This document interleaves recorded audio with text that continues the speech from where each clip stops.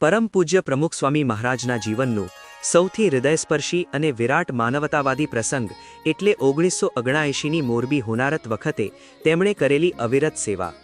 આ કથા માત્ર એક રાહત કાર્યની નથી, પણ એક સાચા સંતના હૃદયમાં વહેતી કરુણાની સરવાણીની છે, જે કોઈપણ જાતના ભેદભાવ વગર વહેતી રહી હતી। 11 ઓગસ્ટ 1979નો એ કાળમુખો દિવસ હતો। સતત વરસી રહેલા અંદરાધાર વરસાદને કારણે મોરબીનો મચ્છુબે ડેમ ઉપરવાસના પાણીના દબાણને કારણે તૂટી પડ્યો। જોતજોતામાં પાણીની એક વિરાટ દિવાલ આખા મોરબી શહેર પર ફરી વળી। મધરાતે જ્યારે લોકો ગાઢ નિદ્રામાં હતા, ત્યારે મચ્છુના પ્રચંડ પૂરે હજારો માનવ જિંદગીઓ અને અબોલ પશુઓને કાળના ગાલમાં ધકેલી દીધા। સવારે જ્યારે સૂરજ ઉગ્યો ત્યારે મોરબી શહેર નહોતું રહ્યું, પણ એક સ્મશાન બની ગયું હતું। ચારે બાજુ લાશોના ઢગલા, કાદવ કીચડ, તૂટેલા મકાનો અને બચી ગયેલા લોકોનો આક્રંદ સંભળાતો હતો। આ ભયાનક સમાચાર જ્યારે અમદાવાદમાં બિરાજમાન પ્રમુખ સ્વામી મહારાજને મળ્યા, ત્યારે તેમનું કોમળ હૃદય દ્રવી ઉઠ્યું। તેમણે ક્ષણનો પણ વિલંબ કર્યા વગર પોતાના તમામ નિર્ધારિત કાર્યક્રમો રદ કર્યા। સ્વામીશ્રીએ તરત જ સંતો અને સ્વયંસેવકોની તાકીદની સભા બોલાવી અને કહ્યું કે અત્યારે પૂજા કે માળા કરતાં પણ વધુ જરૂર મોરબીના પીડિતોના આંસુ લૂછવાની છે। તેમણે આદેશ આપ્યો કે BAPSના દરેક કેન્દ્રમાંથી અનાજ, કપડાં, દવાઓ અને સૌથી મહત્વનું એટલે કે નિસ્વાર્થ સેવકોની ટુકડીઓ મોરબી તરફ રવાના કરો। સ્વામીશ્રી પોતે જ્યારે મોરબી પહોંચ્યા ત્યારે ત્યાંની સ્થિતિ જોઈને પથ્થરનું હૃદય પણ પીગળી જાય તેવી હતી। આખા શહેરમાં એટલી ભયાનક દુર્ગંધ હતી કે શ્વાસ લેવો મુશ્કેલ હતો। હજારો પશુઓના મૃતદેહો સડતા હતા અને માનવ મૃતદેહો કાદવમાં ખૂંપેલા હતા।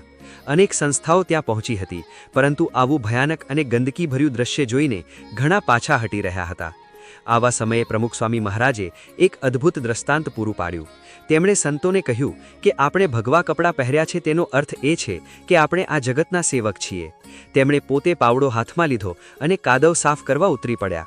સ્વામીશ્રીને કાદવમાં ઉતરેલા જોઈને સંતો અને હજારો યુવાન સ્વયંસેવકોમાં અદમ્ય ઉત્સાહ જાગ્યો। સ્વામીશ્રીની સૂચના હતી કે કોઈ પણ ગલી ગંદી ન રહેવી જોઈએ। સંતોએ પોતાના હાથે સડતા પશુઓને ઉપાડ્યા અને તેમનો યોગ્ય નિકાલ કર્યો, જેથી રોગચાળો ન ફેલાય। સેવા કાર્યના પ્રથમ તબક્કે સ્વામીશ્રીએ મોરબીના પાદરે વિરાટ રસોડું શરૂ કરાવ્યું। હજારો લોકો જેમનું સર્વસ્વ તણાઈ ગયું હતું, જેઓ ભૂખ્યા તરસ્યા હતા, તેમને ગરમાગરમ ભોજન પીરસવાનું શરૂ થયું। સ્વામીશ્રી પોતે રસોડામાં જઈને નિરીક્ષણ કરતા અને આગ્રહ રાખતા કે ભોજન શુદ્ધ અને પૌષ્ટિક હોવું જોઈએ। તેમણે સ્વયંસેવકોને કહ્યું કે જે રીતે આપણે ઠાકોરજીને થાળ ધરીએ છીએ, તેટલી જ પવિત્રતાથી આ પીડિત નારાયણોને ભોજન કરાવજો। મોરબીના રસ્તાઓ પર જ્યારે સ્વામીશ્રી ચાલતા, ત્યારે કોઈ ગરીબ વૃદ્ધા કે રડતું બાળક દેખાય તો તેઓ ત્યાં જ ઊભા રહી જતા। તેઓ તેમના માથે હાથ મૂકીને કહેતા કે હિંમત ન હારશો, ભગવાન બધું સારું કરી દેશે। તેમની વાણીમાં એવી જાદુઈ શાંતિ હતી કે આક્રંદ કરતા લોકોના હૃદયમાં આશ્વાસનનો દીવો પ્રગટતો। આ હોનારતમાં હજારો પરિવારોના ઘર જમીનદોસ્ત થઈ ગયા હતા। સ્વામીશ્રીએ માત્ર ભોજન અને સફાઈથી સંતોષ ન માન્યો, તેમણે મોરબીના પુનઃનિર્માણનો સંકલ્પ કર્યો। તેમણે એન્જિનિયરો અને સંતોની મદદથી પાકા મકાનો બનાવવાની યોજના ઘડી। તેમણે દાતાઓને અપીલ કરી અને જોતજોતામાં આર્થિક મદદનો પ્રવાહ શરૂ થયો। સ્વામીશ્રીની પારદર્શિતા એવી હતી કે એક એક પૈસાનો હિસાબ રખાતો। તેમણે મોરબી પાસે સમયનગર જેવી આખી વસાહતો ઊભી કરી દીધી, જેમાં વિધવાઓ, અનાથો અને નિરાધાર પરિવારોને આશરો મળ્યો। આ ઘરોમાં રહેવા જનારા પાસે તેમણે કોઈ જ્ઞાતિ કે ધર્મ નહોતો પૂછ્યો। તેમના માટે માત્ર માનવતા જ સૌથી મોટો ધર્મ હતો। એક દિવસ સેવા દરમિયાન એક સંતે સ્વામીશ્રીને વિનંતી કરી કે બાબા, આપ સતત કાદવ કીચરમાં ફરો છો, આપની તબિયત બગડશે, થોડો આરામ કરો। ત્યારે સ્વામીશ્રીએ જે જવાબ આપ્યો તે ઇતિહાસના પાને સુવર્ણ અક્ષરે લખાવા જેવો છે। તેમણે કહ્યું કે આરામ કરવા તો આખી જિંદગી પડી છે, પણ અત્યારે જો આપણે આ લોકોના કામમાં નહીં આવીએ તો આપણું સાધુપણું શા કામનું? ભગવાન તો આ ગરીબોના આંસુમાં વસેલો છે। સ્વામીશ્રીની આ ભાવનાએ મોરબીના લોકોના હૃદય જીતી લીધા। લોકો તેમને ભગવાનના દૂત માનવા લાગ્યા।